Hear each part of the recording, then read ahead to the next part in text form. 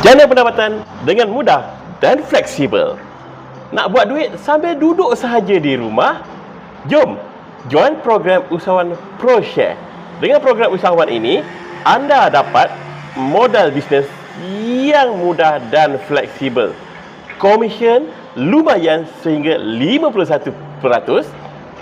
Dan anda dapat jana pendapatan pasif dengan hanya guna Facebook, TikTok, YouTube dan sebagainya, sesuai untuk part-time dan full-time.